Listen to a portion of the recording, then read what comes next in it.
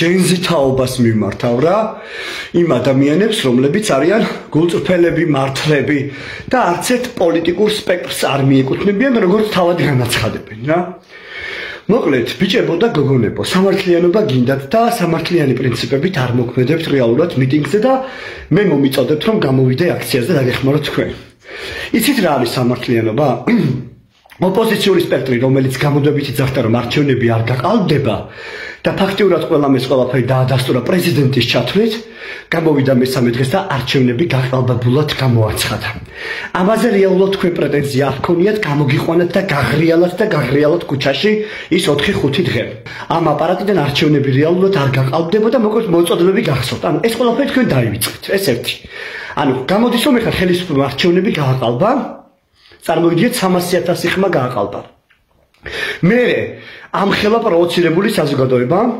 ოპოზიციის მიერ გამოსულები ხართ თქვენ ყველა ქუჩაში და გამოდის ხელისუფლება და ამბობს რომ ევროკავშირთან დროებით წყვეთ ურთიერთობას მაგრამ ევრო ინტეგრაციის გზა გრძელდება ამაზე წავიდა მთელი შოკი ყველამ დეპრესიაში ჩავარდით წივი ხართ ვაიმე ევროპასთან ყველაფერი დაგვეკეტა და ეს არის რუსული მთავრობა ესე იგი ხელისუფლებაში ისეთი დებილი ადამიანები ზიან არჩევნების გაყალბების ფონზე გამოსული ადამიანები აი ოპოზიციამ ხომ ჯამში 900,000 ადამიანი დააგროვა ხო ისეთ დებილები არიან რომ ანუ ამ ხელა დაძაბულობას დაუმატა მორიგი დაძაბულობა წარმოგიდგენიათ და გაუჩალიჩა თავის ამომრჩეველსაც და საკუთარ ძალაუფლებასაც და გამოგიყვანათ ამდენი ადამიანები და ანუ თავი მოინათლა რომ რუსეთია და რუსული პოლიტიკა მიყავს. საიდან მიყავს რუსული პოლიტიკა? ვლადიმერ პუტინის განცხადებებით, ბიჭო? ანუ ვლადიმერ პუტინი, რომელიც ნახევარ მსოფლიოს ცხრილში ჩეკმას უთყავს, ეგ დამპალი, ცხრილში ჩეკმას უთყავს და ვერავინ ვერ უბედავს გარდა უკრაინისა შეწინააღმდეგებას და ვერც ერთმა გაერთიანებულმა ევროკავშირის წევრმა ვერ წავიდა პირდაპირ მასთან საბრძოლველად, ისეთი დებილია გამოვიდა განცხადება გააკეთა რომ ყოჩახ საქართველო აი ღირსეული ხალხი მალადეც პრემიერ-მინისტრა ასე აუ არიქა რუსეთში მივდივართ ანუ ასეთი დებილია სოფლიო დონის პოლიტიკოსები თქვენ ეს ყველაფერი დაიჯერეთ და სინამდვილეში მეორე მხარეს არ განიხილავთ რომ ვლადიმერ პუტინი ზუსტად სპეციალურად აკეთებს ამ განცხადებებს რომ ზუსტად სამოქალაქო ომი მოხდეს თქვენთან ერთად 9 აპრილის ისტორია ალბათ დაგავიწყდათ ჯერზებო. იმიტომ თქვენ დაბადებულებიც არ იყავით, მაგრამ თქვენი მშობლები იბრძოდნენ. 9 აპრილს იცი რა მოხდა? ქართველმა ქართველს ესხოლა და მე რუსის ტანკი შემოვიდა, რუსეთის გაპროვოცირებული. იგივე მიდის დღეს, იმიტომ რომ არავის არ ეგონა რეალურად რომ ქართული სახელმწიფო ამ ტონს გაუბედავდა ან ევროპას ან ამერიკას, იმიტომ ღირსება დაიცვა ამით.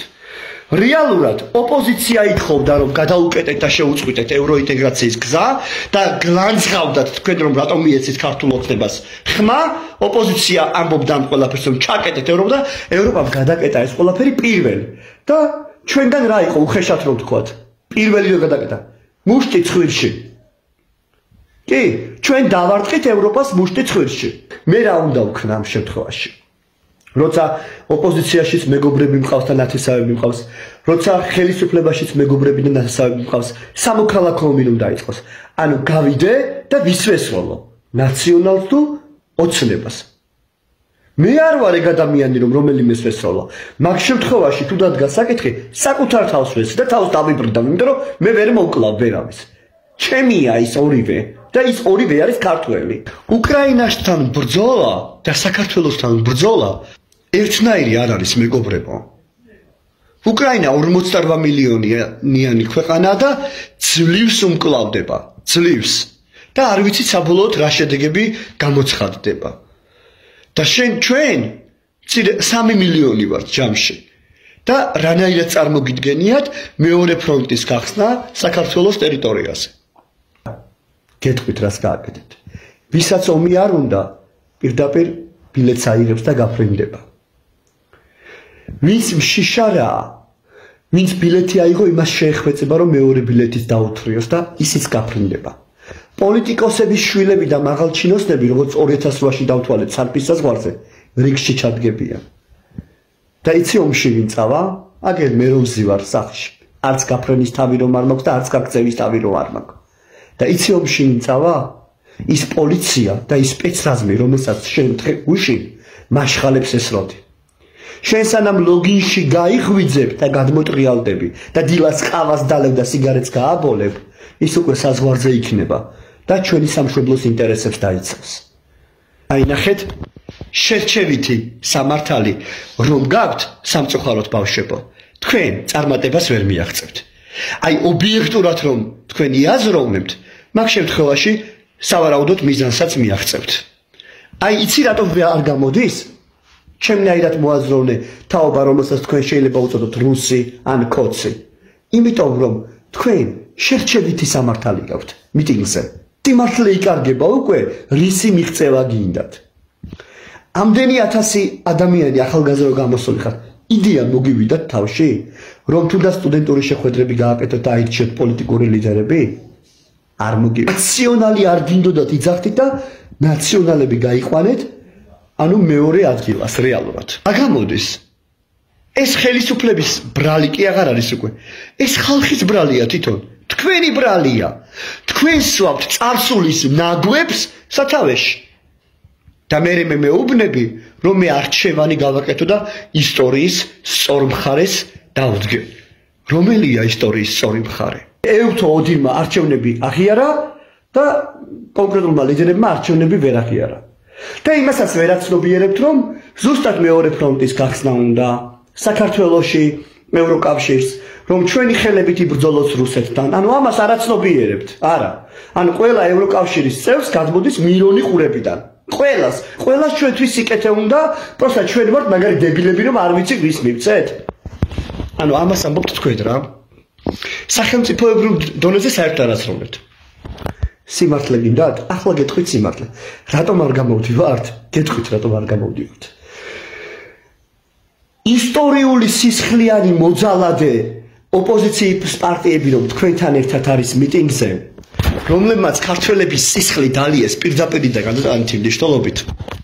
ხაზარაძეს მიტინგზე რომ გააჩერებ, ბანკის მეშვეობით რომ ხალხს მოუსწრო სიცოცხლე, გვარამიას რომ მიტინგზე გააჩერებ, რომელიც პირდაპირ ეწინააღმდეგება ქართულ ტრადიციებს და ხან გვინოში უფსამს და ხან თავზე ასხამს ხალხს და მათმა შვილებმა ქართულად ლაპარაკიც კი არ იციან და შტატებში სწავლობენ.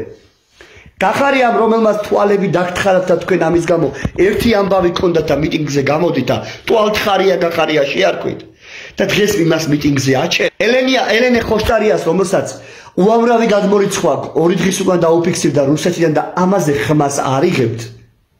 ეს არის შერჩევითი სამართალი მეგობრებო. გაიგეთ? იმიტომ არ გამოდის ჩემნაირად მოაზროვნე ადამიანი რომ თქვენ სამართალს არჩევთ. იცი როდის გამოვა ხალხი? აი მაგენს რო გაასხმევინებთ. ხო გინდათ ახალი ხელისუფლება, ახალი თაობა და არ გინდათ ეს ნარჩენები. აი მაგენს რო გააჯმევინებთ მიტინგებიდან, აი ჯენზი თაობა, გულწრფელო და ევროპისკენ მიმავალო თაობა. მე პროვინციელი გეუბნები ამას. მაგრამ თქვენ ამას არ აკეთებთ. გაიგე? ყველაფერი გაქვთ შერჩეული. იმედის ტელევიზიაზე კი ყოველთვის გაზაფხულია. გეთანხმები. გეთანხმები. არც კი განვიხილავ მაგას. მაგრამ ტევე პირველი ფორმულა, მთავარი არხი რა ხდება უყურებთ? მიტინგების თემას არ გულისხმობ მარტო. ზოგადად მათ პოლიტიკას უყურებთ, რამხელა ზიზღის ტირაჟირებას ეწევა, რამხელა აგიტაციას ეწევა, რამხელა გარყვნილებას ეწევა და რამდენ ტყუილს აშუქებს. ამაზე ჯენზი თაობა, რომელსაც სიმართლე გიყვართ და ობიექტურობის გამო მოგვიწოდებ, ამაზე კომენტარს აკეთებთ, რატო არ აკეთებთ კომენტარს? დარბევა გინდათ სხვადასხვა ტელევიზიების და მოძალადე ტელევიზიები გვერდზე ყავთ. საერთოდ დარბევა არ არის კარგი ფორმა. აქედან გამომდინარე გამოდიხართ და მოგვიწოდებ. ჩემნაირად მოაზროვნე ადამიანს რომ გამოვიდე და დაგიდგეთ გვერდით. და პლუს ამას ეს ყველაფერი ხო დაგიფიქსირეთ. ეხლა იცით რა თქვით, ეს კოცის მონა, ეს რუსი. აი ამას იტყვით, ღმერთს პიცავარ ამას იტყვით. სხვა თქვენ არ გაქვთ არაფერი. იმიტომ რომ რეალურად დიალოგში რო დავждდეთ, თქვენთან ეხლა ვინც ხართ გამოსულები, მე ხო არავის ხაზს არ წარმოადგენ და რომ დავიწყოთ ამაზე საუბარი, დამიჯერეთ პასუხი არ გაქვთ. და კოალიცია ვისთან უნდა შევქმნა, გეხვეწები, შეგიძლია მითხრათ? ვის სისხლიან რეჟიმთან შევქმნათ კოალიცია? მე არ მინდა ეგეთი კოალიცია, შემოწმებოდა დებო. მეძახეთ რუსი. მე არ დავდები მაგეთან, არ მინდა. მე ესენი ვაფშე არ მინდა ხელისუფლება. და მე რა გარანტიებს აძლევთ? რომ ოპოზიცია რომ ეხლა კოალიციაში მოვიდეს, 1-2 თვის მერე არ დაგიწყოს საუბარი, რომ ისა რა ქვია, ეხლა რუსეთთან ჩვენ ომს ვიწყებთ და მეორე ფრონტს ხსნით და თქვენ რას იზამთ, გამოხვალთ და მიტინგს მოაწყობთ, რომ ჩვენ ომი არ გვიდაო და ასე შეირცხვეთ სოფლიოს წინაშე თავს და დაიჩმორებთ თავს. ამას გააკეთებთ? არა. აი ეს მოხდება. მერე რა მოხდება? ომს წააგებ. აი ეს მოხდება. მერე თურქეთი მოგიჩოჩდება, ყარსის ხელშეკრულებას ვადა გაუვიდა და გეტყვის ჩოხატაურში დავდგამ საზღვარს. რუსეთს ეთქვი, შენ კი არ გეტყვის. შენ ვაფშე არაფერს არ შეგეკითხება. შენ საერთოდ არ შეგეკითხება. ეს ისტორიაა. ეს ისტორია, რომელსაც ვერაულით ვერანაირად მხარს. ბათუმი მოწყდება თურქეთს და შენ გონია მერე თურქეთიდან ოდესმე დაის და ანუ რეალურად დაიხსნი ბათუმს? აი ვერაფერს ვერ დაიხსნი საერთოდ. და მოხდება აბსოლუტურად ანექსია მთელი ქვეყნის. აფხაზეთი და სამაჩაბლოზე ხო საუბარი ზედმეტია. აი ეს მოხდება. ეს არის რეალური საფრთხე, ზღაპარი კი არ არის, რეალური საფრთხე. და რისგან გამომდინარე მოხდება, იცი?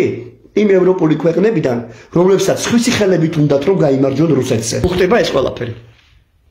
ჩემი არჩევანი არის ევროპა. ჩემთვის ევროპა პიდარასტებთან არ ასოცირდება, აქ რომ ასაკეთებენ. ჩემთვის ევროპა ასოცირდება სუვერენული სახელმწიფოების გაერთიანებებთან. ქრისტიანული სახელმწიფოების გაერთიანებასთან. ეს არის ჩემთვის ევროპა და ევროპული ღირებულებები. მაგრამ დღეს სამწუხაროდ ევროპის ბევრ ქვეყანაში და მათ შორის შტატებში ეწევიან პროპაგანდაზე ლიბერალურ ფაშიზმზე. და თქვენ ამას არ კითხულობთ. თქვენ საერთაშორისო გამოკვლევებშიც არ ხართ ჩართული. თქვენ არ უყურებთ მსოფლიო პოლიტიკას რეალურად რა როგორ ვითარდება. არ უყურებთ. თქვენ ხართ უბრალოდ როგორ ვქნა, აჟიტირებული ამ ტელევიზიების მიერ და სიძულვილის ენით რეალურად ულტრილებთ მიტინგზე ვიცხართ გასული. ძალიან ბევრი. მაგრამ მე ამას ვესაუბრები იმ ბულწფელ ახალგაზრდობას, რომლებმაც არც კი იციან რა გააკეთონ და გაურკვეველ მდგომარეობაში არიან და დგანან მიტინგზე. ეგეთი სიმართლე გინდათ, აი გააძევეთ. გააძევეთ ის ოპოზიცია. ბიზინა იმანიშვილის გუბო რომ დაწვით, ფაცმა რომელმაც 4 მილიარდი დაახარჯა ქვეყანას და მის გუბოს რომ ათრევს. აგერ არჩილ ტატონაშვილი რომ მოგიკლეს ომში, იმის გუბო გამოგეტანათ ჯერ. გმირი ის არის ჩემო მეგობრებო. არჩილ ტატონაშვილის ნაირი ადამიანები არიან, გმირი რომელმაც სამშობლოს სიყვარულს თავი შესწირა.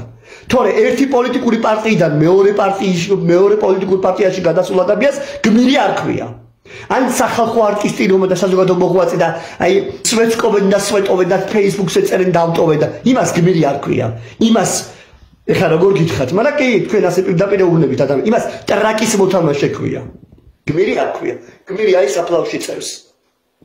ჩვენი წინაპრები არიან გმირები, რომლებმაც ამ სისხლგლებში მოიტანა ჩვენი ქართული ენა, იდენტობა, ტრადიცია, თავმოყარება, სუვერენიტეტი. ისინი არიან გმირები. და გმირი იქნება ყველა ის ადამიანი, ვინც ისტორიის სწორ მხარეს დადგება, მართლა სწორ მხარეს დადგება. და მე თქვენ გამოდიხართ, ჩემნაირ ადამიანს ეუბნებით რომ ქოცი ვარ, რუსი ვარ და სამშობლოს მოღალატე ვარ, ვიყო მეგობრებო. დიდი მადლობა.